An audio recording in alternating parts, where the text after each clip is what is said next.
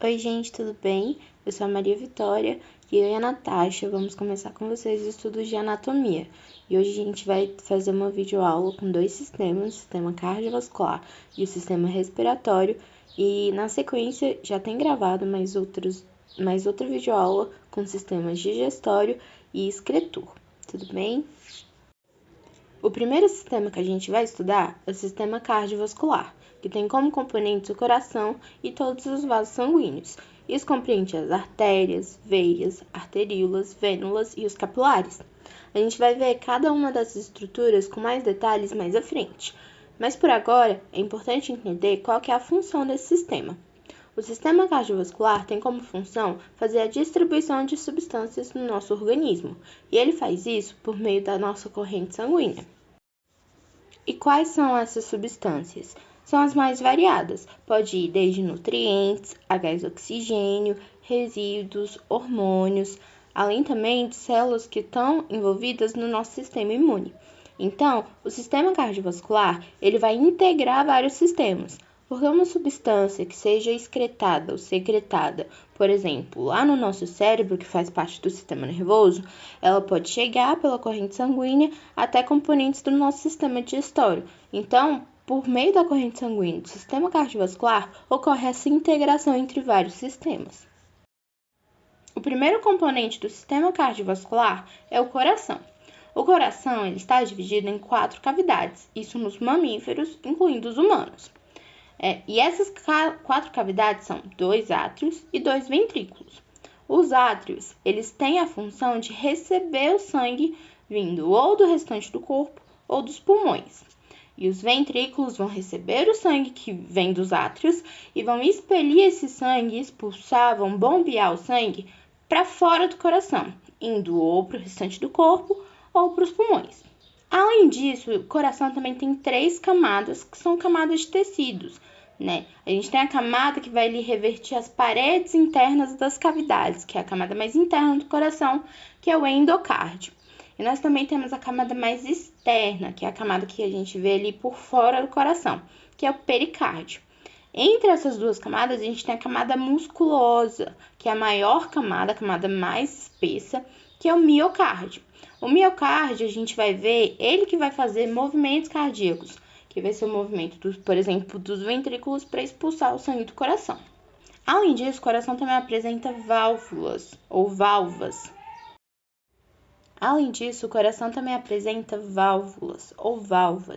Essas válvulas são muito importantes no processo de circulação sanguínea, porque são elas que vão garantir que o sangue circule sempre em uma só direção.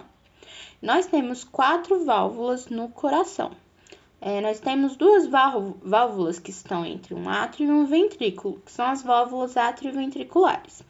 E nós temos uma em cada lado do coração. Então, tem a válvula atrioventricular esquerda, entre o átrio esquerdo e o ventrículo esquerdo, e a válvula atrioventricular direita, entre o átrio direito e o ventrículo direito. Além disso, entre o ventrículo e a artéria para onde ele vai bombear o sangue, também vai ter uma válvula. Por exemplo, nós temos uma válvula que se chama semilunar aórtica, que ela está entre o ventrículo esquerdo e a artéria aorta. E a outra válvula é a semilunar pulmonar, que está entre o ventrículo direito e a artéria pulmonar. Para conseguir bombear o sangue para diferentes partes do corpo, o coração faz 2 movimentos, que são movimentos dos seus músculos, da sua musculatura, do miocárdio, que eu falei anteriormente. Esses movimentos são os movimentos de sístole e de diástole. A diástole é o relaxamento dos músculos cardíacos, que vai acontecer quando ele receber sangue. E a sístole é a contração desses músculos, que acontece quando ele tem que fazer pressão para bombear o sangue.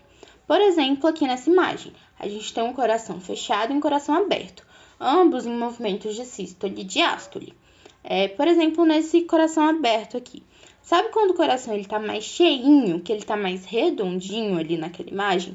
É quando ele está se enchendo de sangue. Então, ele está fazendo um movimento de diástole.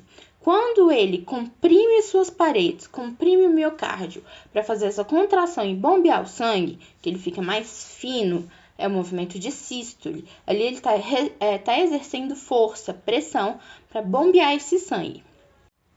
Então, recapitulando, o coração faz 2 movimentos. A gente vai ter o movimento de diástole, que é o relaxamento dos músculos cardíacos, que serve para receber sangue. Ele se infla e se enche de sangue. E o movimento de sístole é a contração dos músculos cardíacos e ele vai contrair os músculos para expelir o sangue para sair do coração e ir para os tecidos. E os outros componentes do sistema cardiovascular são os vasos sanguíneos, que podem ser artérias, veias ou ramificações destes, que são as arteríolas, vênulas e os capilares. As artérias são vasos de pouco calibre, de paredes mais espessas e que vão ser responsáveis por transportar o sangue vindo do coração para os tecidos do corpo. Lembra quando eu estava falando lá da anatomia do coração, que eu falei de uma artéria chamada artéria aorta, que vai levar o sangue saindo do ventrículo esquerdo para o corpo? Essa artéria é a maior do corpo humano e é exatamente por isso, por ela ser a responsável por tirar o sangue diretamente vindo do coração. Então, ela é bem grande, bem espessa para suportar a pressão que vem do coração. E é por isso que as artérias são aquelas que têm paredes mais espessas, que é para suportar a pressão. Porque vem assim que ocorre o bombeamento do sangue, ele vai por artérias para o resto do corpo. Então, o sangue tem mais pressão. E os outros vasos são as veias. As veias, elas vão transportar o sangue do corpo de volta para o coração. Por isso que elas vão ter paredes mais finas, relativamente mais finas e de maior calibre, porque elas vão transportar com menos pressão. Então, elas vão tirar lá dos tecidos depois que já tiver ocorrido metade de toda a circulação, então o sangue vai vir com menos pressão, porque não vai ter tanto impulso, que é o que acontece ali no coração, que é a bomba do sistema cardiovascular.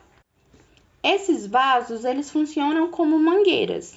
Então, se você tiver uma mangueira aí na sua casa, 2 mangueiras, e você perceber que uma delas tem um calibre maior, ou seja, as suas paredes são menos espessas, então o buraco ali por onde passa a água é maior, você vai perceber que a água ela vai passar com uma pressão menor.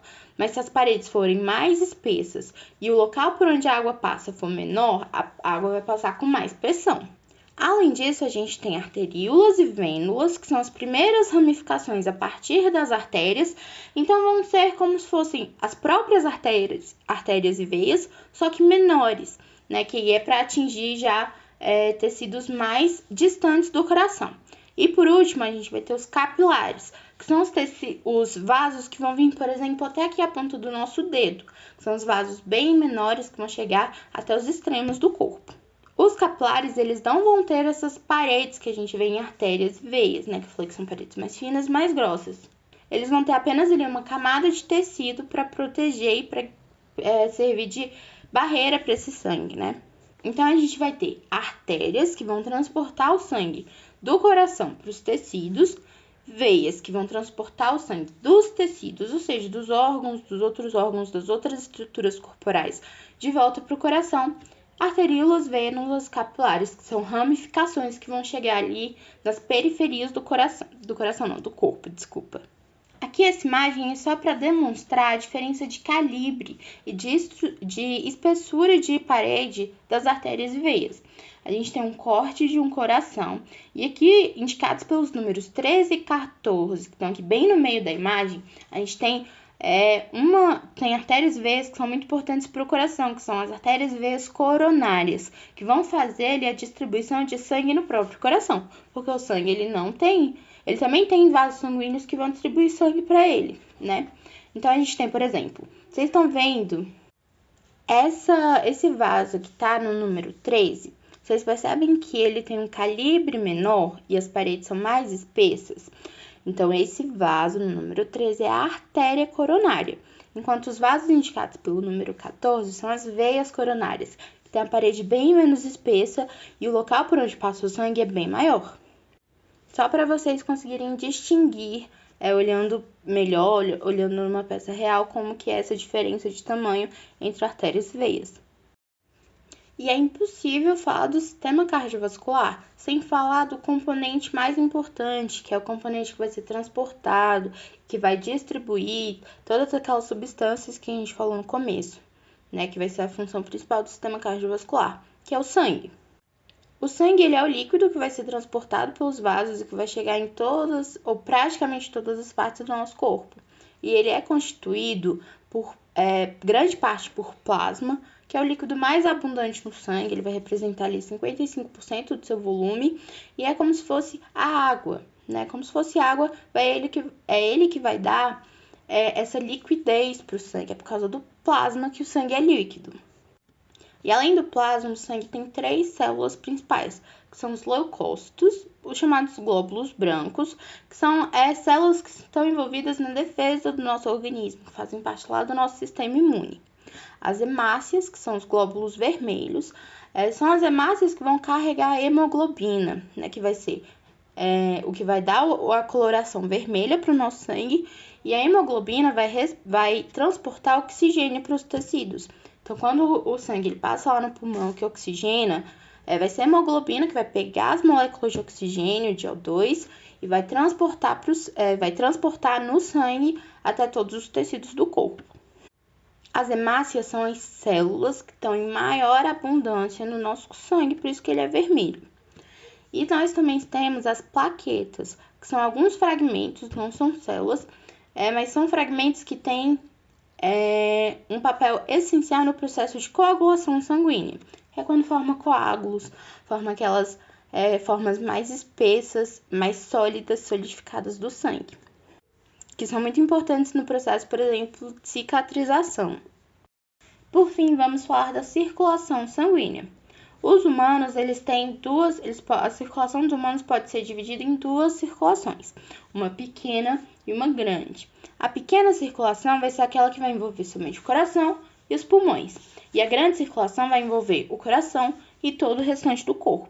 E a circulação sanguínea em mamíferos, inclusive nos humanos, é dita fechada, porque ela vai seguir como se fosse um fluxo contínuo, um ciclo da circulação. Então, ela é fechada, ela não tem nenhum escape, ela é um círculo completo. Então, tem começo, meio e fim, e volta, como se fosse um ciclo. Então, esse ciclo, a gente pode pegar ele começando ali dos pulmões, que é a pequena circulação. O sangue, quando ele chega do corpo, né, ele passou por todo o corpo, e ele volta para o coração. Quando ele chega no coração, ele chega pobre em oxigênio, porque o oxigênio ele foi gastado em todos os tecidos corporais. Então, o sangue tem uma carga pequena de oxigênio. E esse sangue pobre em oxigênio, ele chega no coração pelo átrio direito. E aqui é só ilustrando para vocês como que ocorre esse movimento de receber e de impulsionar o sangue dentro do coração. Esse líquidozinho azul que está chegando, ele representa o sangue desoxigenado, o sangue pobre em oxigênio, que é o sangue que vem do restante do corpo. Então, o sangue desoxigenado chega no coração pelas veias cavas, entra no átrio direito, passa pela válvula atrioventricular direita para o ventrículo direito. Ali o ventrículo sofre sístole e vai bombear esse sangue para a artéria pulmonar e vai passar pela válvula semilunar pulmonar. Aí, depois que passa lá pelas artérias pulmonares, cada uma para um pulmão, né? Tem a artéria pulmonar direita e a esquerda, vai cada um para o pulmão, oxigênio e volta. Quando ele volta, é esse líquido vermelho que está aparecendo ali na imagem, que representa o sangue oxigenado, ele está rico em oxigênio.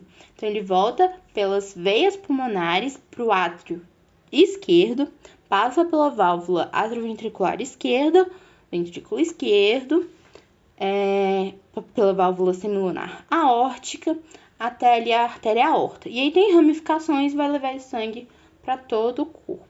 Conseguiram entender direitinho? Caso não tenham pegado, voltem, assistam de novo para vocês conseguirem pegar todas as etapas dessa circulação. Por último, nós trouxemos para vocês alguns distúrbios, algumas doenças que estão relacionadas com o sistema cardiovascular. A primeira delas é o infarto, também pode ser chamado de infarto agudo do miocárdio ou ataque cardíaco. O infarto ocorre quando tem interrupção da passagem de sangue ao coração. Isso geralmente ocorre por acúmulo de gordura no interior dos vasos, e isso impede, né? Isso forma uma barreira para o sangue, ele não consegue chegar ao coração. Então, com essa falta de circulação no coração, o coração para de ter suas funções. Então, ele vai ter ali meio que um ataque e vai, a gente chama de ataque fulminante, né? E vai interromper as suas funções e ele vai parar de funcionar. Outro distúrbio que acontece é a chamada insuficiência cardíaca, que é a dificuldade do coração em fazer a sua principal função, que é bombear o sangue para o corpo. Como o coração ele não está exercendo a sua função direito, esse distúrbio ele pode acarretar em várias consequências corporais para quem o tem, como por exemplo, pode ter o acúmulo de sangue em algumas partes do corpo, já que o coração ele não está conseguindo bombear esse sangue direito, então ele não chega ao coração. O contrário também pode acontecer, podem ter regiões que tenham pouca vascularização, pouca circulação. Isso pode acarretar em edemas, no caso de acúmulo de sangue, ou então em atrofia dos músculos, entre outros. O próximo distúrbio é a arritmia, que é uma alteração no ritmo dos batimentos cardíacos. Eles podem ficar mais lentos, mais rápidos ou simplesmente fora do compasso, né, que é descompassadas, fora do ritmo normal. Quem tem essa condição que vai fazer uso dos chamados marca-passos cardíacos. Vocês provavelmente já ouviram falar disso. Normalmente eles são utilizados quando a pessoa tem os ritmos cardíacos mais devagares, né, mais lentos do que o normal. E geralmente os sintomas ligados com a arritmia cardíaca são tonturas e perda de consciência, né, exatamente por causa dessa circulação que vai estar aí defasada, vai estar com sua função um pouco comprometida por causa dessa arritmia cardíaca. Outra condição é a trombose. A trombose é quando acontece um coágulo de sangue em alguma artéria, alguma veia, algum vaso, né? Isso aí, dependendo de qual que seja o vaso que seja obstruído, pode acarretar em várias consequências. Por exemplo, se esse vaso obstruído for pelo coágulo, né, for uma artéria coronária, que são as artérias que fazem a circulação ali no próprio coração, pode desenvolver um ataque cardíaco, né? Então, se for um vaso que está levando sangue para o cérebro, pode ocorrer um acidente vascular cerebral, né? E também pode ter falta de oxigênio para diversos órgãos, ou uma coisa que acontece muito é a falta de circulação para os membros, que ocorre trombose, por exemplo, na perna, isso que acontece bastante. Outro distúrbio é a chamada cardiomiopatia. O miocardiopatia tem essas variações, que é a inflamação dos músculos cardíacos, né, que é o miocárdio. Isso pode ser causado por várias coisas, né? Pode ser por fatores genéticos, por uma predisposição já que a pessoa tem, ou por fazer uso de drogas, de álcool, infecções, doenças autoimunes, doenças endócrinas, várias causas, né? Mas a principal causa de cardiomiopatia no Brasil é a doença de Chagas, né? Ele tem a aquisição pelo chamado barbeiro, e essa doença ela vai agredir o coração, né, os músculos cardíacos.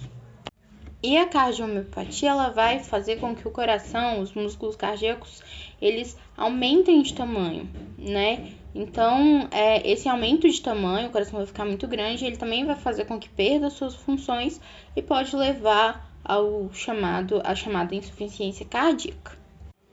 E por último, o último distúrbio que a gente trouxe foi a hipertensão arterial, que é chamada pressão alta. Como o próprio nome já diz, a pressão alta vai ser quando tem um aumento da pressão arterial, ou seja, a pressão do sangue lá nos vasos. Isso ocorre pelo estreitamento dos vasos sanguíneos. Ou seja, pode ter algum impedimento, pode ser, por exemplo, acúmulo de gordura, que faz com que as paredes fiquem mais grossas e tenha menos espaço para que o sangue passe. Então, o sangue vai passar com mais pressão. É a mesma coisa que você pegar uma mangueira e você colocar ali o dedinho, impedindo um pouco a saída de água, ela não sai com mais pressão. Então, é a mesma coisa que acontece no coração. A pressão sanguínea, ela é medida por um aparelho, e ela vai ser considerada normal quando a pressão está ali entre 120 por 80. E a unidade de medida convencional usada para medir pressão é o milímetros de mercúrio, que é o mmHg. Então, o primeiro número, quando você mede sua pressão lá, que a pessoa fala que está, por exemplo, 12 por 9, esse 12 se refere à pressão sistólica, ou seja, a pressão que ocorre depois que tem a sístole, né? Então, é a pressão ali nas artérias, tá? Então, é a pressão sistólica, que é 120, mas a pessoa quando fala, né, quando mede, fala que é 12, por exemplo, tira o zero ali. E o segundo número é a pressão diastólica, né? Então, por exemplo, aqui no exemplo, a pressão normal é 120 por 80, que a pessoa fala 12 por 8. Quando tem pressões que estão maiores que esses números, a pessoa tem pressão alta. Pode ocorrer também da pessoa ter pressão baixa, que são números menores que esses, que também é um distúrbio. A pressão alta pode ser causada também por fatores genéticos, por hereditariedade ou por hábitos, né? Hábitos de alimentação, hábitos de vida. Se a pessoa for muito sedentária, ela tem mais risco de desenvolver pressão arterial alta. E o tratamento é feito por medicamentos, né? Tem vários medicamentos que vão abaixar aí essa pressão sanguínea. Oi, gente. Agora, como falamos do sistema cardiovascular, vamos começar a falar sobre o sistema respiratório com vocês. Bom, e qual é a função e os componentes do sistema respiratório? Ele tem a função de promover a entrada de O2 e saída de CO2 do organismo, ou seja, ele é responsável pelas trocas gasosas. E os componentes dele são as vias aéreas, na qual a gente vai ter a cavidade nasal, a boca, na qual a gente coloca muitas vezes, já que a gente também pode inspirar e expirar pela boca, a faringe, a laringe, traqueia e brônquios, e os pulmões, que vão estar formados pelos bronquíolos e alvéolos pulmonares, como vocês podem ver aqui nas figuras. E como ocorre a respiração pulmonar de uma forma geral? Bom, primeiramente a gente precisa saber que respiração pulmonar é totalmente diferente de respiração celular. A respiração pulmonar é os pulmões ali que vão estar captando o oxigênio, enquanto a celular não, já é aquele processo mais bioquímico da célula, na qual vai ter o processo de glicólise, entre outros. Então a gente tem que entender que respiração pulmonar e celular são totalmente diferentes. E como que ocorre geralmente? O pulmão ele capta o oxigênio, ele é mandado para o sangue, na qual as hemácias ou eritrócitos, eles podem ser chamados de ambos os nomes, vão carregar até as células e essas células vão liberar o CO2, voltando então para os pulmões que vai liberar esse gás carbônico. De uma forma geral é assim que acontece. E como que vai passar por todos aqueles componentes como eu falei para vocês?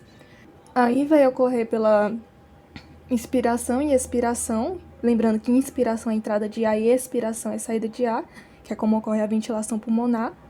O ar ele vai entrar pelas cavidades nasais ou fossa nasal, vai para a faringe, lembrando que a faringe é comum tanto ao sistema digestório e respiratório, não é a laringe, é a faringe. Da faringe ele vai passar por um buraquinho chamado de glote, que essa glote é aquela que comunica tanto a faringe com a laringe. Aí vocês devem estar perguntando, como é que faz para não se engasgar? Então, nessa glote ela vai ter uma prega que vai ser chamada de epiglote, e é essa epiglote na glote que vai poder fechar de forma que a gente não engasga. E o que acontece no engasgamento? É quando não dá tempo da epiglote fechar totalmente, a gente acaba se engasgando, que aí a comida vai para o lugar errado. Então vamos de novo.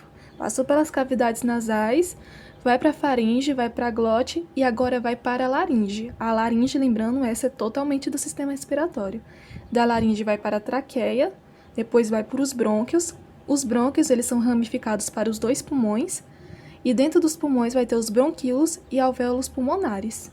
Inclusive, é importante ressaltar para vocês que assim como nas nossas cavidades nasais tem muco para a gente capturar substâncias estranhas, da traqueia para baixo, ou seja, da traqueia até a parte onde estão os nossos bronquíolos aqui, também vai ter esses mucos, que é para capturar substâncias estranhas. Inclusive, por que a gente tosse e espirra? É um meio de expelir essas substâncias estranhas, é um meio que o corpo faz para tentar mandar essas substâncias para fora. Bom, e depois que ele passa para os alvéolos pulmonares, onde ocorre a respiração ou troca gasosa, ele vai passar esse oxigênio que a gente captou lá no começo. Depois ele vai para o sangue, que ele é por difusão, ou seja, quando as substâncias vão de um meio mais concentrado para menos concentrado. E lá vai ser retirado o CO2 do sangue, que é um processo chamado de hematose, ou seja, oxigenação do sangue. Agora, de uma forma mais detalhada, a gente vai explicar como que ocorre aqui a ventilação pulmonar.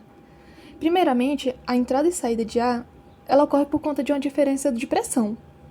E é o diafragma e o músculo intercostal que vão promover essa diferença da pressão, principalmente o diafragma. E como que ocorre? Como a gente sabe, o ar entra, ao o ar entrar, o pulmão ele vai expandir, a caixa torácica se expande, a pressão então ela diminui, o diafragma desce e contrai. E como que ocorre para sair esse ar? Ou seja, para expirar esse ar? Bom, aí na hora de expirar, o diafragma ele vai relaxar, o nosso pulmão vai contrair e a pressão vai aumentar. E qual é o papel do músculo intercostal nesse meio? Bom, o músculo intercostal está entre as costelas, e quando a caixa torácica se expande, as costelas tendem a contrair. Com isso, os músculos contraem, que é o que ocorre na inspiração. Inclusive, também é importante vocês lembrar, o ar ele sempre vai seguir o sentido da pressão, de uma maior pressão para de uma menor pressão, ou seja, de uma maior pressão externa para uma de uma menor pressão interna. Bom, e agora a gente vê numa parte mais química, como é que ocorre esse transporte dos gases, começando pelo oxigênio. O oxigênio ele pode ser transportado de duas formas, ou no plasma, que é a parte mais aguosa ali do sangue, ou através das hemácias, que inclusive nas hemácias ele vai ter um pigmento para carregar esse oxigênio chamado de hemoglobina. No caso do plasma, acaba que esse transporte não é muito bom, então o principal meio de transporte do oxigênio é pelas hemácias, que inclusive é 98% dos casos. E como que acontece? Nos pulmões, a hemoglobina ela vai se unir com o oxigênio, virando então HbO2, a oxihemoglobina, como vocês podem ver aqui na figura. A oxihemoglobina ela vai ser transportada até um tecido, onde ela vai largar o oxigênio lá para a célula usar. Ou seja, então a gente tem ali no pulmão, passa então no pulmão ali, a hemoglobina se une ao oxigênio, vai ser transportada então por essas hemácias até o tecido alvo dela, e lá quando ela chegar na célula alvo dela, a hemoglobina ela vai ser desligada do oxigênio para a célula poder logo então usar esse oxigênio. E no caso do gás carbônico, CO2, que é o que a gente libera? Bom, ele também pode ser transportado pela hemoglobina ou pelo plasma sanguíneo. Só que aqui, diferente do oxigênio, o principal transporte dele vai ser pelo plasma sanguíneo. Mas primeiro vamos ver como é que é pela hemoglobina. No caso lá, no pulmão, quando ele está voltando então dos tecidos, no pulmão ele vai ser... A hemoglobina ela vai se ligar ao CO2 nos tecidos. Ao ligar a hemoglobina ao CO2 nos tecidos, ela forma a carbohemoglobina. Então ela volta viajando pelas hemácias até o pulmão, e quando chega no pulmão, o CO2 ele se desliga da hemoglobina, então nosso corpo vai poder expelir o CO2 para fora. Lembrando que a gente inspira O2 e expira CO2. Mas como eu falei para vocês, a maior parte do transporte aqui do CO2 vai ser pelo plasma sanguíneo. No caso, 70% dele vai ser dissolvido no plasma. E como que isso ocorre? Dentro da hemácia, ali no plasma sanguíneo, o CO2 ele vai se unir com a água, seja H2O, através de uma enzima chamada enzima anidrase carbônica.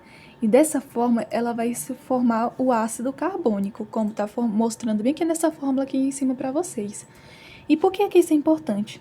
O ácido carbônico, na reação, ele libera H+, e HO3-, que são os íons bicarbonetos. Por que isso é importante? Esse H+, quanto mais o sangue tiver ácido, mais ele vai estimular o bulbo, que é uma estrutura lá do nosso cérebro. E esse bulbo, ele é responsável por controlar a respiração de uma forma involuntária. Como assim? Ora, a gente pode controlar nossa respiração tanto por uma forma voluntária, que é quando a gente está bem aqui, inspira e expira. Só que a gente sabe que a maior parte da nossa respiração ela é de forma involuntária. Quando você está dormindo mesmo, você não está pensando que você está respirando. E quem é que faz esse controle? É o bulbo, que é uma estrutura lá do nosso sistema nervoso, que ele vai controlar a respiração quando não percebemos, ou seja, de uma forma involuntária. E ele hiperventila o pulmão. Inclusive, então, algo que vocês não podem esquecer. Quanto mais o sangue tiver ácido, mais ele vai estimular o bulbo a controlar a nossa respiração. E aí é importante a gente ver, e no caso do afogamento? Por que as pessoas se afogam? O que acontece? Quando a pessoa está ali na água, que ela está no fundo da água, ela vai começar a prender a respiração. Só que se você prende a respiração, você não está liberando o gás carbônico.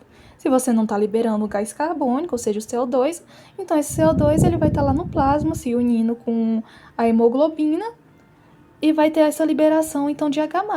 Ou seja, se eu não tenho liberação de CO2, o meu sangue fica mais ácido, já que eu tenho mais pH ali no meio.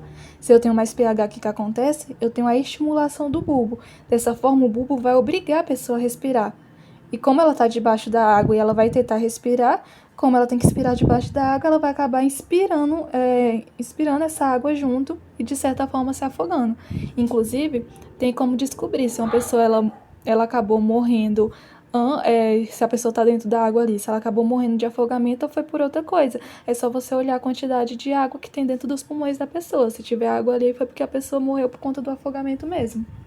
Mas apesar de os principais gases, quando a gente está falando da nossa respiração, ser o O2, que a gente inspira, ou seja, vem para dentro, e expira o CO2 para fora, é importante a gente também olhar como que ocorre o do caso do CO, que é o monóxido de carbono. Provavelmente vocês já ouviram falar que se a gente acabar inspirando muito esse tipo de substância, a gente pode acabar morrendo. Mas por que isso acontece? Enquanto que lá no caso do O2 e do CO2 são processos instáveis, ou seja, eles podem tanto ir e voltar, no caso do monóxido de carbono ele é estável, ele só vai, não tem uma volta para a gente expelir ele. E o que acontece? A hemoglobina, ela se junta ao monóxido de carbono, e esse é um processo estável, na qual ela forma a carboxihemoglobina. E qual é o problema aqui? O monóxido de carbono ele tem uma afinidade muito grande com a hemoglobina, o que acaba tendo por consequência a demora para essa hemoglobina se soltar do monóxido de carbono. Se ele está demorando então para soltar do monóxido de carbono, vai acabar que o oxigênio que for vir não vai conseguir se ligar à hemoglobina, já que não vai ter hemoglobina ali disponível. Dessa forma, a gente vai acabar morrendo por asfixia química. Ou seja, o principal problema aqui do monóxido de carbono tem uma grande afinidade ali com a hemoglobina, eles se ligam e o oxigênio então não consegue ligar a nossa hemoglobina. Então a gente acaba morrendo por uma asfixia química. E quais são os compostos que acabam liberando? Quais são os meios que acabam liberando esse tipo de composto? Cigarro acaba liberando muito. Carros antigos, os novos até que não, mas aqueles os carros antigos, eles liberam muito essa substância. Então, por isso que a gente tem que ter bastante cuidado. E agora, falando sobre doenças do sistema respiratório, vou comentar só sobre duas aqui que é muito comum da gente ver e como que elas acontecem. Mas existem várias doenças do sistema respiratório, inclusive tem uma atualmente, né, que está atingindo muito o nosso sistema respiratório, que é no caso da Covid-19, por isso a importância da gente usar máscara, da gente se vacinar, para a gente impedir que esse vírus acabe entrando ali dentro da nossa cavidade nasal e vai até nossos pulmões e pode acabar nos atingindo fortemente. Como vocês veem, muitas pessoas que acabam se recuperando ainda continuam tendo muita dificuldade para respirar, de tanto que elas acabam prejudicando nossos pulmões. Mas vamos ver aqui o caso da asma. O que acontece na asma? A asma é uma doença, né, que as pessoas elas têm muita dificuldade respiratória, a maioria delas é no caso crônica, a pessoa tem pro resto da vida. E por que ela acontece?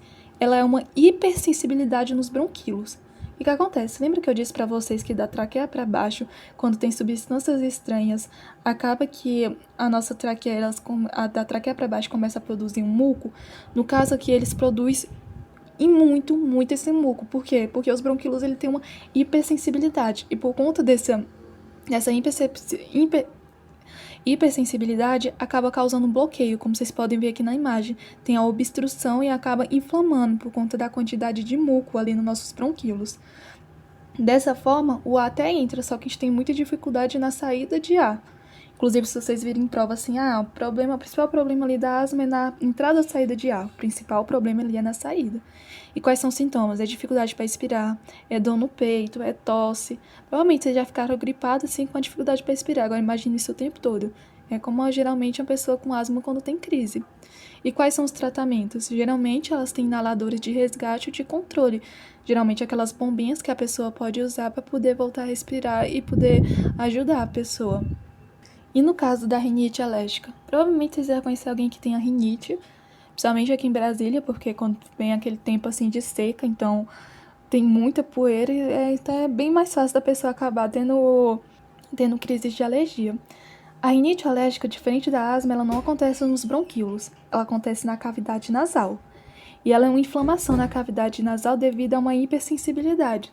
Vocês veem que geralmente a pessoa quando tem rinite, é o meu caso, a gente é mais sensível, no caso quando a gente mexe com pó, com coisa de giz, com poeira.